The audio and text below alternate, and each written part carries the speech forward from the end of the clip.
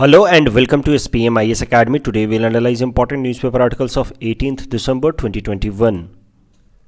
Please note you can download the PDF version of today's newspaper analysis by clicking the link given in the comment section. This is the list of the topics that we will be covering from today's newspaper. And the first article is taken from editorial segment. It is about autonomy of election commission, and this topic is important from our syllabus paper 3 Indian polity point of view. सबसे पहले election commission of India के बारे में कुछ important constitutional provision समझते हैं. So our constitution mentions about election commission of India in part 15 right from article 324 to 329. इसमें बताया गया है कि हमारे इलेक्शन कमीशन का क्या पावर होगा, फंक्शन होगा, 10 year eligibility for the members of the commission. Article 324 says कि the superintendence, direction and control of the and preparation of electoral rolls for conduct of all elections to parliament, legislatures of states and election to the office of president and vice president shall be vested in election commission. तो इस बात का ध्यान रखिएगा कि जो parliament का election होता है, लोकसभा या राज्यसभा या हर एक स्टेट लेजिस्लेटिव असेंबली का इलेक्शन, वो भी सेंट्रल इलेक्शन कमीशन ही कंडक्ट कराते हैं. ऐसा नहीं है, कुछ स्टूडेंट्स को ऐसा कन्फ्यूजन हो जाता है कभी कभार कि स्टेट लेजिस्लेचर के इलेक्शन स्टेट इलेक्शन कमीशंस कराते होंगे, लेकिन ऐसा नहीं है. Election commission of India conducts parliament का इलेक्शन, लेजिस्लेचर यानी कि जो एमएलएस का इलेक्शन होता है वो भी कराते हैं, और प्रेसिडेंट एंड वाइस प्रेसिडेंट का इलेक्शन भी सेंट्रल इलेक्शन कमीशन कराते हैं.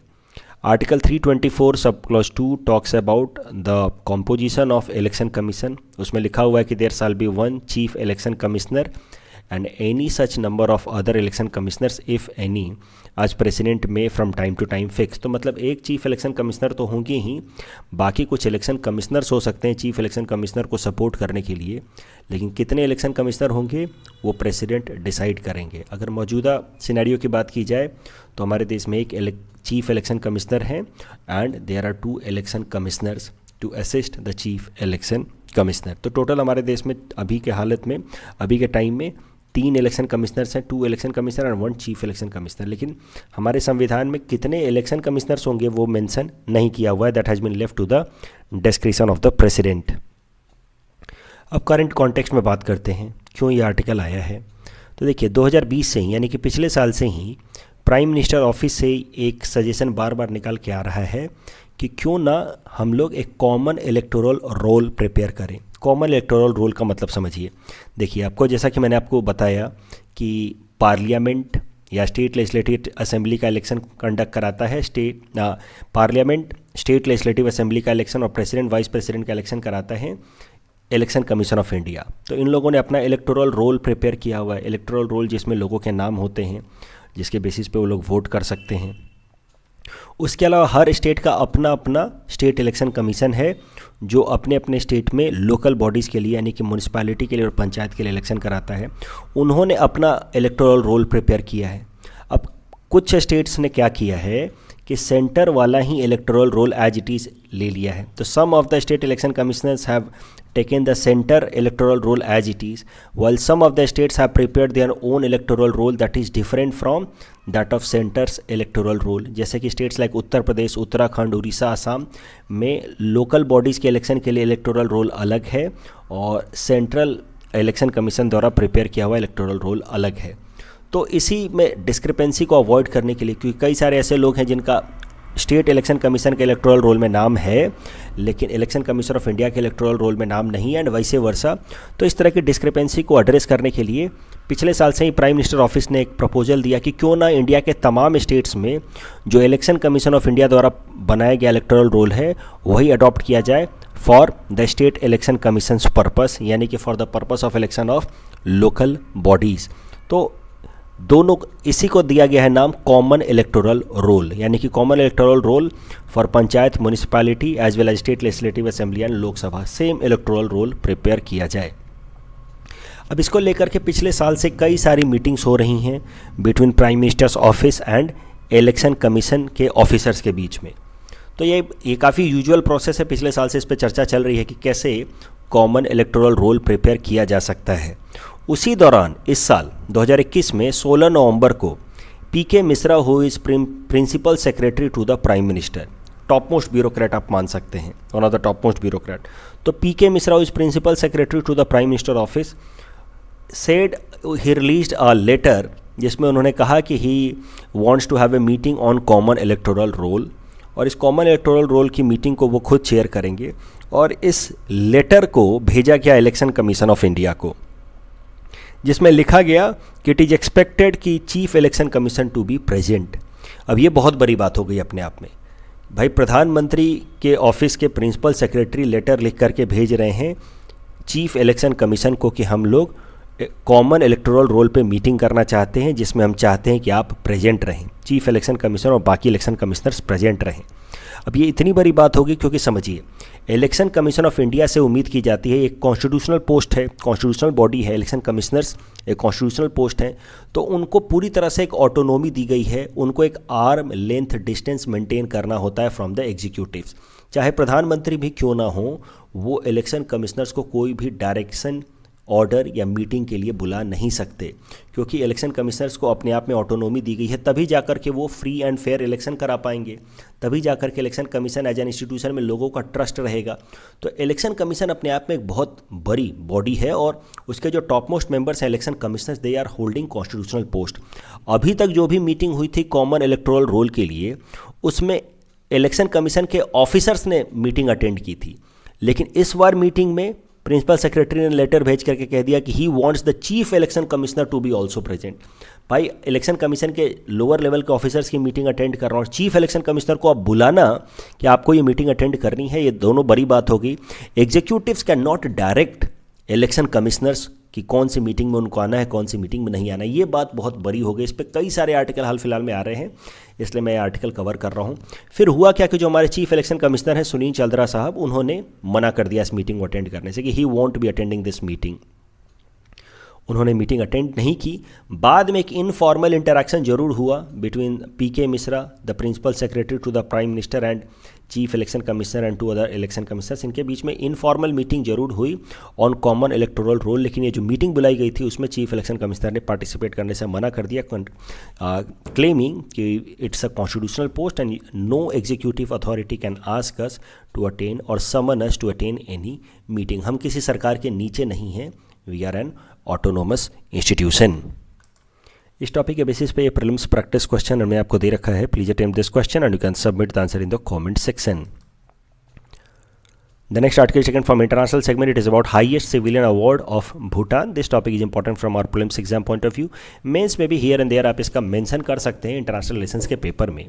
तो देखिए, हाल फिलहाल में क्या न्यूज़ निकल के आ रही है। King of Bhutan his majesty Jigme Khesar Namgyel Wangchuck he conferred highest civilian award, जिसका नाम है order of Druk Gyalpo, on prime minister Shri Narendra Modi on the occasion of Bhutan's national day. तो जैसे हमारे यहाँ पे भारत रत्न अवार्ड होता है, वैसे ही भूटान का अवार्ड है highest civilian award order of Druk Gyalpo, जो भूटान ने प्रधानमंत्री नरेंद्र मोदी जी को इस साल दिया है on their national day celebration.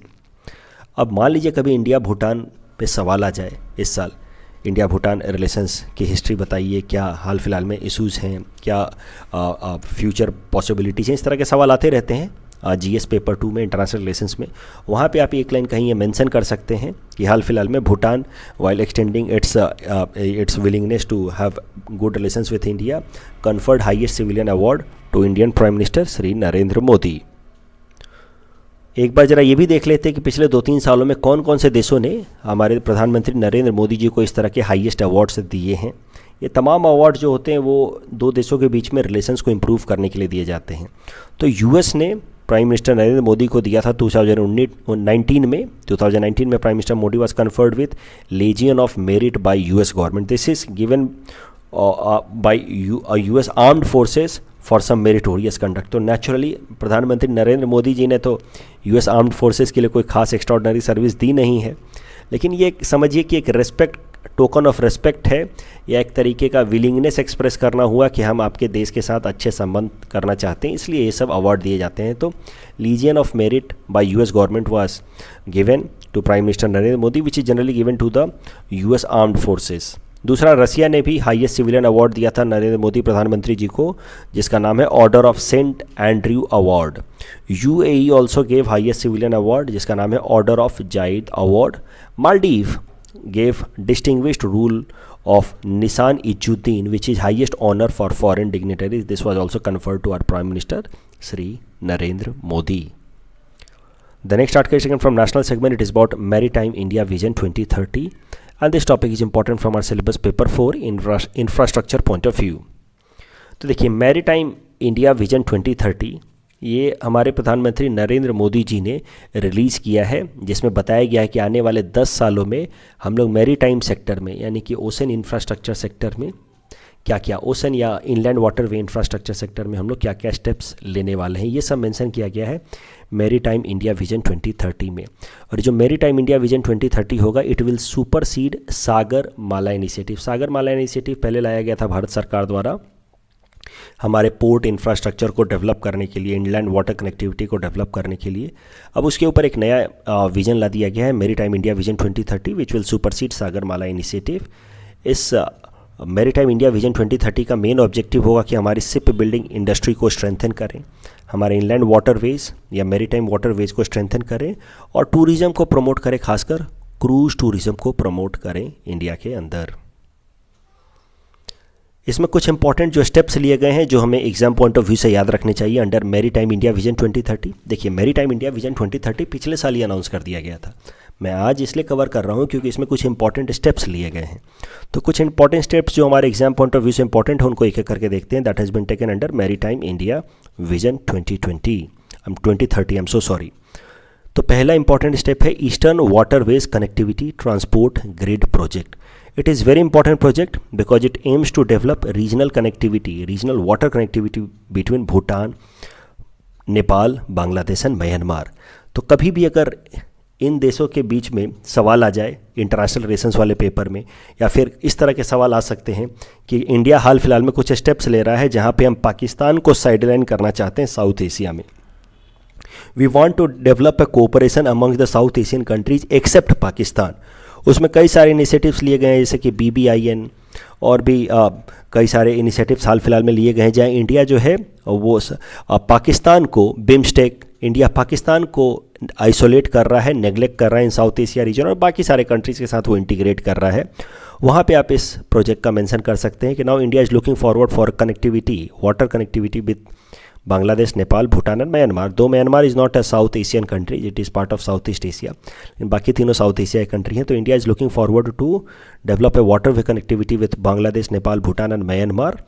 And अगर मान लीजिए कि इन देशों के बीच में सवाल आ जाए, इंडिया बांग्लादेश के रिलेशंस पे सवाल आ जाए, आ सकता है क्योंकि बांग्लादेश के बने हुए 50 साल पूरे हो गए हैं। तो इस साल हम और बांग्लादेश के बनने में इंडिया का सबसे इंपॉर्टेंट रोल है। तो हो सकता है इंडिया बांग्लादेश के रिलेशंस पे हिस्ट्री में इंडिया बांग्लादेश रिलेशंस पे सवाल आ जाए, क्या हिस्टोरिकल ट्रेंड रहे हैं हाल फिलहाल में, क्या चैलेंजेस हैं, क्या पॉसिबिलिटीज़ हैं। तो उस पर सवाल आ जाए तो एक लाइन आप कहीं आप लिख सकते हैं कि in recent time the government of India has started eastern water way connectivity transport grid project in order to improve water connectivity with these countries. उसके अलावा एक पोर्ट रेगुलेटरी अथॉरिटी लाया गया है under this maritime India vision 2030। ये जो port regulatory authority है ये अब पूरे इंडिया भर के जो अलग अलग मेजर पोर्ट्स हैं उनको एक साथ रेगुलेट करेगा। पहले क्या होता था कि अलग अलग पोर्ट्स के लिए अलग अलग रेगुलेटरी अथॉरिटीज़ होती थी, तो कई सारी लैक ऑफ यूनिफॉर्मिटी के प्रॉब्लम्स आते थे, अलग पोर्ट्स में अलग अलग नियम होते थे। अब पूरे इंडिया भर की एक पोर्ट रेगुलेटरी अथॉरिटी बना दी गई है जो कि पूरे पोर्ट्स को एक साथ मेजर पोर्ट्स को रेगुलेट करेगी। तो ये जो मेजर पोर्ट अथॉरिटी बनाई गई है, it has been created as a result of maritime India vision 2030। ये जो मेजर पोर्ट अथॉरिटीज़ बनाई गई है, it has been created according to a law made by the parliament जिसका नाम है major port authorities act. It will be applicable to all major ports of India. तो India के जो मेजर पोर्ट्स हैं उनको देख लीजिए। पहले जैसा कि मैंने आपको बताया अलग अलग पोर्ट्स के लिए अलग अलग अथॉरिटीज़ होती थी, तो काफ़ी सारे डिस्क्रिपेंसीज होती थी, लैक ऑफ यूनिफॉर्मिटी होती थी, अलग पोर्ट्स के अलग अलग नियम। अब एक मेजर पोर्ट बना दिया गया है, मेजर पोर्ट अथॉरिटी, जो तमाम मेजर पोर्ट्स को एक साथ रेगुलेट करेगा। इंडिया के मेजर पोर्ट्स हैं Kandla in Gujarat, Mumbai and JNPT port in Maharashtra, Marmagao in Goa, New Mangalore in Karnataka, Kochi in Kerala, VO Chidambaram Chennai and Ennore port in Tamil Nadu, Visakhapatnam in Andhra Pradesh, Paradip in Orissa and Kolkata या हल्दिया पोर्ट इन वेस्ट बंगाल। तो ये तमाम पोर्ट्स को एक साथ ये मेजर पोर्ट अथॉरिटी रेगुलेट करेगी। और जो भी पुराने ओवरलैपिंग और अननेसेसरी लॉज थे उनको रिपील कर दिया गया है। और उसके अलावा इन अलग अलग पोर्ट्स पे क्या टैरिफ होगा इंपोर्ट एक्सपोर्ट ड्यूटी उसको फिक्स करने के लिए एक टैरिफ अथॉरिटी बनाई गई है। उसके अलावा there will be an adjudicatory board which will resolve public private partnership project disputes in the port region. तो पोर्ट एरिया में कई सारे प्रोजेक्ट्स चलते रहते हैं on the basis of public private partnership, और इनमें कई बार डिस्प्यूट भी हो जाते हैं between private and public players. तो उसको रिजॉल्व करने के लिए एक अलग से एडजुडिकेटरी बॉडी बनाई गई है under this major port authorities act. इस टॉपिक के बेसिस पे ये प्रीलिम्स प्रैक्टिस क्वेश्चन हमने आपको दे रखा है। Please attempt this question and you can submit the answer in the comment section. The next article is taken from economy segment. It is about WTO panel on sugar subsidy and this topic is important from our syllabus paper 4 Indian economy point of view. देखिए WTO का basic structure और basic उसके function तो आप जानते ही हैं, but फिर भी एक बार रिवाइज कर लेते हैं। It is the only global international organisation dealing with the rule of trades between nation. तो दुनिया के अलग अलग देश आपस में किस तरीके से ट्रेड करेंगे, किन किन नॉर्म्स को फॉलो करते हुए ट्रेड करेंगे, वो नॉर्म्स या रेगुलेशंस WTO ले डाउन करता है। WTO came into existence on 1 January 1995 with its headquarter at Geneva and Switzerland. तो WTO के जो भी इंपॉर्टेंट फैसले होते हैं कि कौन कौन से ट्रेड रिलेटेड फैसले होंगे, ट्रेड रिलेटेड पॉलिसीज़ होंगी, that is determined as a result of ministerial conference. तो WTO की मिनिस्ट्रियल कॉन्फ्रेंस में जो भी WTO के मेंबर कंट्रीज हैं उनके मिनिस्टर्स इकट्ठा होते हैं और मिल करके WTO द्वारा इम्प्लीमेंट की जाने वाली इंटरनेशनल ट्रेड नॉर्म्स को डिसाइड किया जाता है। तो मिनिस्ट्रियल कॉन्फ्रेंस नॉर्मली हर 2 साल पे होता है। It frames laws related to international trade. एक बार जब मिनिस्ट्रियल कॉन्फ्रेंस में दुनिया के तमाम देश के मिनिस्टर्स मिल करके फैसला ले लेते हैं कि किस किस नॉर्म्स को फॉलो किया जाएगा इंटरनेशनल ट्रेड के लिए, तो बाद में उस नॉर्म को इम्प्लीमेंट कर दिया जाता है WTO के तमाम मेंबर्स पे। तो भाई मिलकर हमने फैसला ले लिया कि इस तरीके से हमें ट्रेड करना है, अब उसको इम्प्लीमेंट किया जाएगा। हर एक देश को मानना है इसको कि हमें इस तरीके से ही ट्रेड करना है, पॉलिसीज़ के हिसाब से ट्रेड करना है। अगर कोई देश उस पॉलिसी को वायलेट करता हुआ पाया जाएगा तो WTO की दूसरी बॉडी है, सब बॉडी आप कह सकते हैं, एपीलेट बॉडी या डिस्प्यूट सेटलमेंट बॉडी, जिसमें कोई भी एक मेंबर कंट्री कंप्लेन कर सकता है अगेंस्ट द वायलेटिंग कंट्री। कोई एक कंट्री ए है जो कोई भी नॉर्म को वायलेट कर रहा है तो उसके खिलाफ बाकी कंट्रीज कंप्लेन कर सकते हैं। अब मौजूदा केस देखिए, इंडिया के खिलाफ इस एपीलेट डिस्प्यूट सेटलमेंट बॉडी में इंडिया के खिलाफ दुनिया के 3 कंट्री ऑस्ट्रेलिया, ब्राज़ील और ग्वाटेमाला ने कंप्लेन किया है एट WTO, और कंप्लेन है regarding subsidy provided by government of India on sugar. तो 2 तरह की सब्सिडी हमारी सरकार प्रोवाइड करती है शुगर पे। डोमेस्टिक सपोर्ट मेजर्स, तो जो हमारे यहाँ के डोमेस्टिक प्रोड्यूसर्स हैं उनको कुछ सपोर्ट प्रोवाइड करती है, MSP की तरह ही प्रोवाइड की जाती है। जो प्रोड्यूसर्स हैं शुगर केन या शुगर प्रोड्यूसर्स, उनको कुछ सब्सिडी प्रोवाइड की जाती है, MSP के तरह ही है, बट इसका नाम होता है FRP, fair retention remuneration price. तो शुगर केन पे भी सब्सिडी मिलती है जस्ट लाइक MSP, बट उसको FRP कहते हैं, फेयर रेम्यूनरेशन प्राइस। तो डोमेस्टिक प्राइस सब्सिडी हम लोग देते हैं, डोमेस्टिक प्रोड्यूसर्स को सब्सिडी देते हैं, चाहे शुगर प्रोड्यूसर हो या शुगर केन प्रोड्यूसर, या इसके अलावा एक्सपोर्ट सब्सिडी भी देते हैं, यानी कि जो शुगर या शुगर केन को एक्सपोर्ट करते हैं उन लोगों को भी हमारी सरकार सब्सिडी कुछ हद तक देती है। अब ऑस्ट्रेलिया, ब्राज़ील और ग्वाटेमाला ने कंप्लेन किया है कि जो भारत सरकार सब्सिडी देती है on sugar and sugar cane, that is inconsistent with WTO's agreement on agriculture. तो WTO का जो ये एग्रीमेंट है, ये कन्वेंसन है WTO का agreement on agriculture, it allows only up to 10% of subsidy. और 10% of what? 10% of the total value of sugar cane produced in the year 1986, 87, 88। तो ये इन 3 सालों को, ये जो 3 साल हैं 1986, 87, 88, इनको कहा जाता है D minimus year of WTO, क्योंकि इन्हीं टाइम में WTO के एग्रीमेंट ऑन एग्रीकल्चर डिसाइड हुए थे, साइन हुए थे।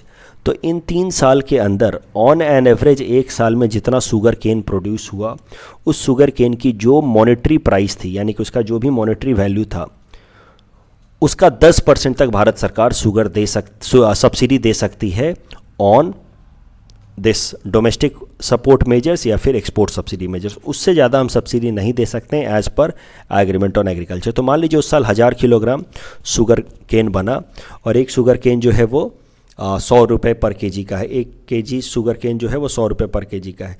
तो 1 लाख रुपये, 1000 किलोग्राम शुगर केन और 1 केजी शुगर केन 100 रुपये का, तो 1 लाख रुपये हो गया total value of production.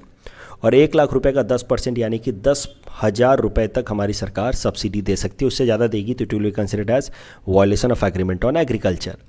I hope आपको मोटी मोटी बातें पता होंगी कि एग्रीमेंट ऑन एग्रीकल्चर में जो सब्सिडीज़ होते हैं एग्रीकल्चर से रिलेटेड उसको 3 पार्ट में बांटा गया है। Green box, blue box. Green box research and development से रिलेटेड सब्सिडी है। ब्लू बॉक्स जो है वो प्रोडक्शन लिमिटिंग सब्सिडी होती है, जो दुनिया के कुछ एक देश नॉर्वे, आइसलैंड, स्लोवेनिया वगैरह देते हैं। तो तीसरी होती है एम्बर बॉक्स सब्सिडी, जिसको कहा गया ट्रेड डिस्टॉर्टिंग सब्सिडी। इसमें आ जाता है एमएसपी या शुगर केन पे देने वाला एफआरपी। इस पे लिमिटेशन है कि आप जो भी 1986, 87, 88 का जो भी टोटल वॉल्यूम ऑफ प्रोडक्शन था, उसका जो भी मॉनेटरी प्राइस था जिस प्रोडक्ट का, जैसे वीट के लिए वीट का, राइस के लिए राइस का, जो भी उन 3 सालों में ऑन एन एवरेज प्रोडक्शन हुआ एक साल में, और उसका जो भी मॉनेटरी वैल्यू, उसका बस 10% ही हमारी सरकार सब्सिडी दे सकती है एज एमएसपी। दैट इज़ और that has been decided at WTO platforms agreement on agriculture. अब ऑस्ट्रेलिया ने, ब्राज़ील ने और ग्वाटेमाला ने हमारे खिलाफ कंप्लेन किया और WTO की डिस्प्यूट सेटलमेंट बॉडी ने फिर इंडिया के अगेंस्ट फैसला सुनाते हुए कहा है कि इंडियन गवर्नमेंट को शुगर पे दी जाने वाली सब्सिडी को आने वाले 120 दिनों में विड्रॉ कर लेना है। तो हो सकता है कि आने वाले 4 महीनों में 120 दिनों के बाद हमारे देश के अंदर शुगर की प्राइस काफ़ी हद तक बढ़ जाए। ये देखो, सिर्फ शुगर केन की सब्सिडी की बात नहीं है, एमएसपी तो तमाम तरह के 23 प्रोडक्ट्स पे दिया जाता है। तो हर तरह की जो सब्सिडी है वो अपने जो भी लिमिट है अलाउड बाय WTO उसको ब्रीच करती है। तो इसका एक ही सॉल्यूशन है, लॉन्ग टर्म सॉल्यूशन, क्योंकि हर तरह की सब्सिडी पे धीरे धीरे इंडिया के सवाल उठेगा।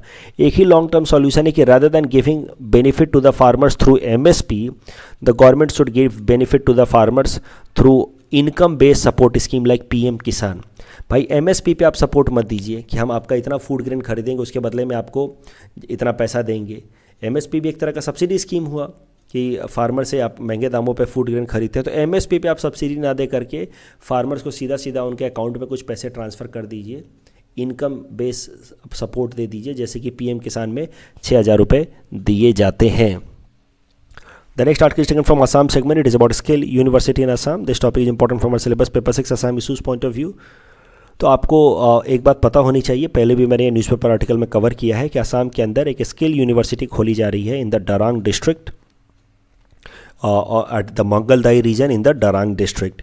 और ये स्किल यूनिवर्सिटी है, इसमें लगभग $140 मिलियन यानी कि लगभग 1,000 करोड़ रुपए खर्च किए जाएंगे। स्किल यूनिवर्सिटी 2026 तक ओपन कर दिया जाएगा। इसमें लगभग हमारे यहाँ के नॉर्थ ईस्ट के लगभग 10,000 स्टूडेंट्स फोकस कर पढ़ाई कर पाएंगे और उनके स्किल डेवलपमेंट पे काम किया जा सकेगा। तो it will be a huge achievement once it starts. Skill development पे काफ़ी फोकस होगा तो आसपास की लोकल इकोनॉमी को काफ़ी फ़ायदा मिलेगा। ये जो स्किल यूनिवर्सिटी बन रही है at Mangaldai region, it will be created with funding support coming from Asian development bank. तो इस स्किल यूनिवर्सिटी के लिए 80% पैसा एशियन डेवलपमेंट बैंक से आएगा, बाकी का 20% पैसा आसाम सरकार मिलाएगी। तो करंट न्यूज़ बस यही है कि एशियन डेवलपमेंट बैंक और आसाम सरकार के बीच में अग्रीमेंट, लोन एग्रीमेंट साइन हो चुका है for creation of this Assam skill university. इस टॉपिक के बेसिस पे प्रीलिम्स प्रैक्टिस क्वेश्चन हमने आपको दे रखा है। Please run this question and you can submit the answer in the comment section. कल जो हमने आपको प्रैक्टिस क्वेश्चन दिया था उसका आंसर देख लेते हैं। Which are the following statements advantages of practising drip irrigation? All the 3 are advantages, so the correct answer will be option D. That's all from our side for today. Thanks for watching.